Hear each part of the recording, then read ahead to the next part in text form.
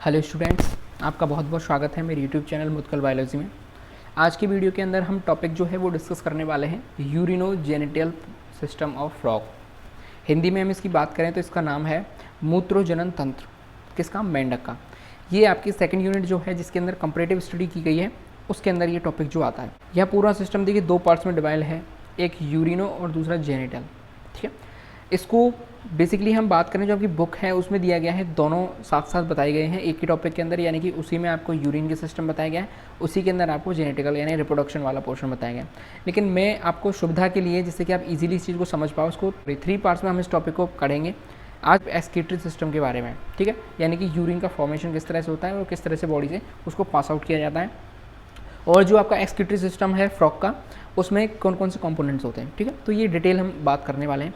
अगली जो वीडियो आएगी उसमें फिर हम मेल और फीमेल के रिप्रोडक्शन सिस्टम की यानी जेनिटल पोर्शन की सिस्टम की हम बात करेंगे। सबसे पहले हम इंट्रोडक्शन की बात करते हैं। हम एक्सक्रीटरी सिस्टम की बात कर रहे हैं इसमें। तो एक्सक्रीटरी सिस्टम क्या होता है? द रिमूवल ऑफ एडिशनल और अननेसेसरी मटेरियल और वेस्ट फ्रॉम बॉडी। इसका मतलब क्या है कि एक्सक्रीटरी सिस्टम किस तरह से वर्क करता है कि कोई भी एडिशनल चीज़ हो या फिर अननेसेसरी मटेरियल हो बॉडी के अंदर, उस वेस्ट प्रोडक्ट को बॉडी से बाहर निकालना ही एक्सक्रीशन कहलाता है, और इसी में जो सिस्टम वर्क करता है उसे हम एक्सक्रीटरी सिस्टम कहते हैं। ठीक है, ये बेसिक हम कहें एक्सक्रीटरी सिस्टम की डेफिनेशन थी। अब हम बात करते हैं कि जो मेल और फीमेल फ्रॉग के अंदर होते हैं तो दोनों में जो उत्सर्जन तंत्र है वो सेम होता है, इसलिए मैंने इसको सबसे पहले उठाया है। ठीक है, फिर हम मेल रिप्रोडक्शन की बात करेंगे, फिर हम फीमेल रिप्रोडक्शन की बात करेंगे। तो फ्रॉग क्या है? एम्फीबियन है, हम जानते हैं, और साथ ही साथ वो कैसा है? कोल्ड ब्लडेड है, यानी कि शीत रक्त वाले हैं ये। और इनका बोर्न कैसे होता है? यानी कि बोर्न एज टैडपोल और बाद में डेवलप होकर एडल्ट बनते हैं और लिव आउट ऑफ वाटर। यानी कि जब ये टैडपोल होते हैं तो ये वाटर के अंदर रहते हैं, और जब ये वाटर से बाहर निकल जाते हैं, जब ये एडल्ट हो जाते हैं, वयस्क हो जाते हैं, तो ये पानी से बाहर निकल के रहने लगते हैं। यानी कि एम्फीबियंस हैं, स्थल पर भी रहेंगे और जल पर भी रहेंगे। ये बेसिक सी बात थी। अब देखिए फ्रॉग के अंदर क्या केस है कि the frog has developed N excretory system that combine with the reproductive system. यानी कि इसका जो रिप्रोडक्टिव सिस्टम है और एक्सक्रीटरी सिस्टम है, दोनों का डेवलपमेंट एक साथ होता है। ठीक है, इसीलिए इसको क्या बोला गया है? एक ही साथ दोनों चीज़ें होती हैं, इसलिए इसको एक कॉमन नाम दिया गया है यूरोजेनिटल सिस्टम। ठीक है, या फिर urinogenital system, because the two system make one. दोनों सिस्टम कैसे मिलकर एक बनाते हैं। ठीक है, excretory system of a frog consist of a kidney. अब देखिए एक्सक्रीटरी सिस्टम में क्या क्या चीज़ें आती हैं। एक किडनी का पेयर आता है, यानी कि 2 किडनी। ठीक है, 1 पेयर ऑफ यूरेटर, यानी कि 2 यूरेटर्स आ जाएंगे। ठीक है, एक यूरिनरी ब्लैडर आ जाएगा, यानी कि मूत्राशय आ जाएगा, और एक आपका क्लोइका आ जाएगा, हिंदी में अबस्कर जिसे बोला जाता है। ठीक है, तो एक्सक्रीटरी सिस्टम में जब हम बात करते हैं तो सबसे पहले हम किडनीज की बात करेंगे, यानी कि वृक्क की हम बात करेंगे। तो ये जो आपको डायग्राम दिखाई दे रहा है ये किडनी का डायग्राम है। ठीक है, टीएस है किसकी? फ्रॉग की किडनी की।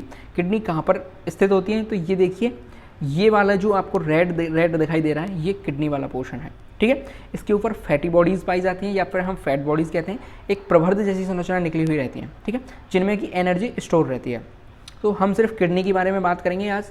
तो देखिए किडनी कैसी होती है? मीजोनेफ्रिक प्रकार की किडनी होती है। ठीक है, कहाँ पर पाई जाएंगी? उदर में कशेरुकदंड के दोनों ओर। ठीक है, उदर वाले पोर्शन में, यानी कि जो स्टमक वाला जो पोर्शन है, नीचे की तरफ जो पोर्शन है उसमें कशेरुकदंड के दोनों ओर, बीच में जो वर्टिब्रल कॉलम है उसके दोनों पोर्शन, दोनों साइड पे क्या पाई जाएंगी? आपकी किडनीज पाई जाएंगी। देखिए ये यहाँ पर वर्टिब्रल कॉलम अगर बीचों बीच से आ रहा है तो उसके दोनों तरफ उधर वाले पोर्शन में किडनीज पाई जाएंगी। ठीक है, किडनी कैसी होती है? फ्लैट होती हैं, चपटी होती हैं, डार्क होती हैं, रेड स्ट्रक्चर होता है उनका। ठीक है, present toward the posterior end of the body cavity. ठीक है, यहाँ तक हमने देख लिया। अब एक और चीज़ इनकी बात करते हैं, तो इनका जो बाहरी किनारा है, ठीक है, इनका बाहरी किनारा कैसा होता है? बिल्कुल सपाट होता है और उत्तल होता है, यानी कि कॉन्वेक्स होता है। हम जैसा कि देख पा रहे हैं ये किडनी है, तो इसका जो बाहर वाला पोर्शन है ये कैसा है? सपाट है और कॉन्वेक्स है। वहीं यदि हम इनके अंदर वाले पोर्शन की बात करें, यानी भीतरी किनारा, तो खांच बनी हुई होती है, ग्रुप्स बनी हुई है। देखिए ये खांच बन गई और ये दूसरी खांच बन गई।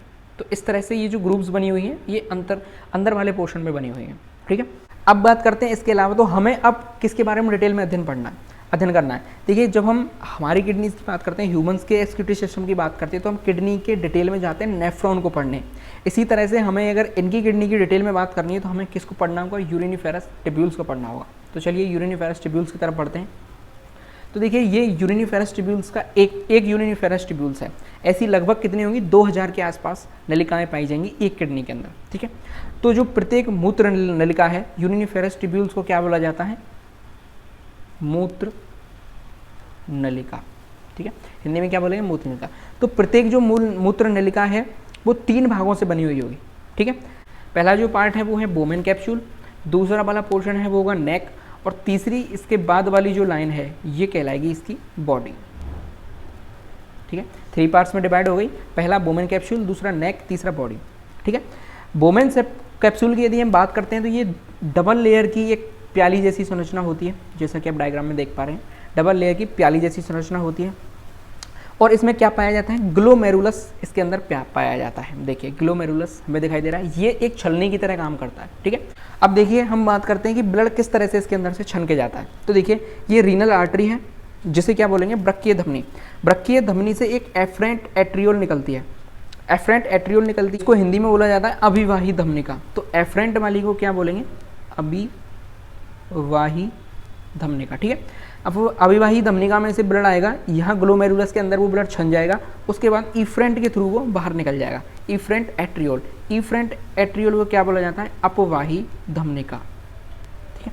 इफ्रेंट को क्या बोलेंगे, अपवाही, और एफ्रेंट को क्या बोलेंगे, अभिवाही। अभिवाही में से ब्लड आएगा, ग्लोमेरुलस के अंदर वो छन जाएगा, छनने के बाद इफ्रेंट से वो बाहर निकल जाएगा, ठीक है। अब क्या होगा, अब हम बॉडी की बात करेंगे। देखिए बॉडी के अंदर क्या होता है, तो ये जो बॉडी वाला पोर्शन है, बॉडी, ठीक है, तीसरा वाला जो पार्ट्स है, ये बॉडी किससे मिलकर किससे जुड़ी हुई होती है, रीनल पोर्टल वेन से। किससे बनकर जुड़ी होगी, रीनल पोर्टल वेन से। तो रीनल पोर्टल वेन से इसकी कुछ जाल बने होते हैं केशिकाओं के। ये क्या है, रीनल पोर्टल वेन्स क्या है, ये केशिकाएं हैं, कैपिलरी नेटवर्क है। ये जाल पूरा बॉडी, ये जाल पूरा मिलकर क्या बनाता है, बॉडी वाला पोर्शन का बनाता है, ठीक है। अब हम बात करते हैं कि ये बॉडी हमने देख ली। अब देखिए यहाँ पर जो इसके अंदर छन चुका है, अब ये छनने के बाद इसमें जो पोर्शन है ग्लोमेरुलस के बाद बोमेन कैप्सूल में जो पोर्शन है वो छनने के बाद कहाँ आएगा, इस डक्ट में आएगा, ठीक है। इस डक्ट को क्या बोलेंगे, कलेक्टिंग ट्यूब्यूल्स। तो देखिए ये एक यूरिनिफेरस ट्यूब्यूल्स है, ऐसी कई सारी यूरिनिफेरस ट्यूब्यूल्स है। देखिए एक ये है, ये है, ये है। तो ये सभी यूरिनिफेरस ट्यूब्यूल्स अपना जो छनने के बाद जो चीज़ आएंगी इस ऊपर वाली जो नली जा रही है उसके अंदर डाल देंगे, जिसे क्या बोलेंगे, कलेक्टिंग ट्यूब्यूल्स, ठीक है। कलेक्टिंग ट्यूब्यूल्स के अंदर जब ये अपना वो डाल देंगे, उसके बाद जो कलेक्टिंग ट्यूब्यूल्स है वो आगे जाकर किस में खुलता है, वो यूरेटर में खुलता है, ठीक है। इस डायग्राम में देखिए ये कलेक्टिंग ट्यूब्यूल्स है, ये कलेक्टिंग ट्यूब्यूल्स किसके अंदर खुल रही है, यूरेटर के अंदर खुल रही है आगे जाके। उसके बाद देखिए एक और स्ट्रक्चर हमें दिखाई दे रहा है, नेफ्रोस्टोम। ये कहाँ पर, ये वृक्क के अधर तल पर हमें दिखाई दे रहा है। तो नेफ्रोस्टोम का काम क्या है, नेफ्रोस्टोम का काम है कि सीलोम से उत्सर्जित पदार्थों को जमा करते हैं, जो जितने वेस्ट प्रोडक्ट हैं उनको कलेक्ट करते हैं, कलेक्ट करने के बाद रीनल वेन्यूल्स यानी कि वृक्कीय शिरिकाओं में उनको भेज देते हैं, ठीक है। इस तरह से आपका यूरिनिफेरस ट्यूब्यूल्स कंप्लीट हो जाता है। अब हम अगले उसकी बात करते हैं। तो यहाँ पर जो वृक्क के अंदर जो कुछ काम होना था वो हो चुका है। अब बात आएगी यूरेटर की, कि यूरेटर के अंदर क्या होगा। तो यूरेटर देखिए प्रत्येक वृक्क के पश्चांत के बाहरी पर से एक महीन सफ़ेद नली, ठीक है, यानी कि एक जो किडनी है, दोनों किडनी से क्या निकलेगा, नीचे की तरफ से एक महीन सफ़ेद नली निकलेगी, ठीक है। सफ़ेद नली निकलेगी जिसे बोलेंगे अपन यूरेटर, ठीक है। और जो आगे बढ़कर कहाँ खुलेगी, क्लोएका में। कहाँ खुलेगी, क्लोएका में खुलेगी। ये वाला जो पोर्शन है ये क्लोएका है, और ये देखिए ओपनिंग ऑफ यूरेटर, यूरेटर की ओपनिंग यहाँ पर हो रही है, ठीक है। दोनों यूरेटर यहाँ के खुल जाएंगे। उसके बाद काम शुरू होता है यूरिनरी ब्लैडर का। यूरिनरी ब्लैडर क्या है, एक यूरिनरी ब्लैडर एक ऐसी संरचना है जिसकी जो लेयर है या फिर हम कहें जैसे स्किन है बहुत पतली है, साथ ही साथ वो पारदर्शी है और द्विपालित है यानी कि बाइलोब है। हम इसकी स्ट्रक्चर देख पा रहे हैं तो कुछ ऐसी इसकी स्ट्रक्चर है, ठीक है। बाइलोब है, 2 लोब दिखाई दे रहे हैं हमें यूरिनरी ब्लैडर में। तो यूरिनरी ब्लैडर का काम क्या होता है, ये एक थैली जैसी संरचना है, थैली जैसी संरचना है जो कि कहाँ पर स्थित होती है, मलाशय यानी कि रेक्टम और अबस्करेन क्लोएका के अधर में उपस्थित होती है, ठीक है। ये इसका रेक्टम वाला पोर्शन है और ये क्लोएका वाला पोर्शन है, यहाँ इसके अधर तल पर यानी इसके नीचे की तरफ ये यूरिनरी ब्लैडर स्थित होता है। और ये काम क्या करता है, इसका काम है जितना भी ऊपर से वेस्ट प्रोडक्ट आएगा यानी कि यूरिन आएगा वो सारा यूरिनरी ब्लैडर के अंदर एकत्रित होता रहेगा। अब बात करते हैं हम क्लोएका की। तो क्लोएका देखिए क्या है, एक छोटा सा मध्यस्थ कक्ष कह लीजिए आप इसे, जो क्या क्या चीज़ें एकत्रित करता है, मल,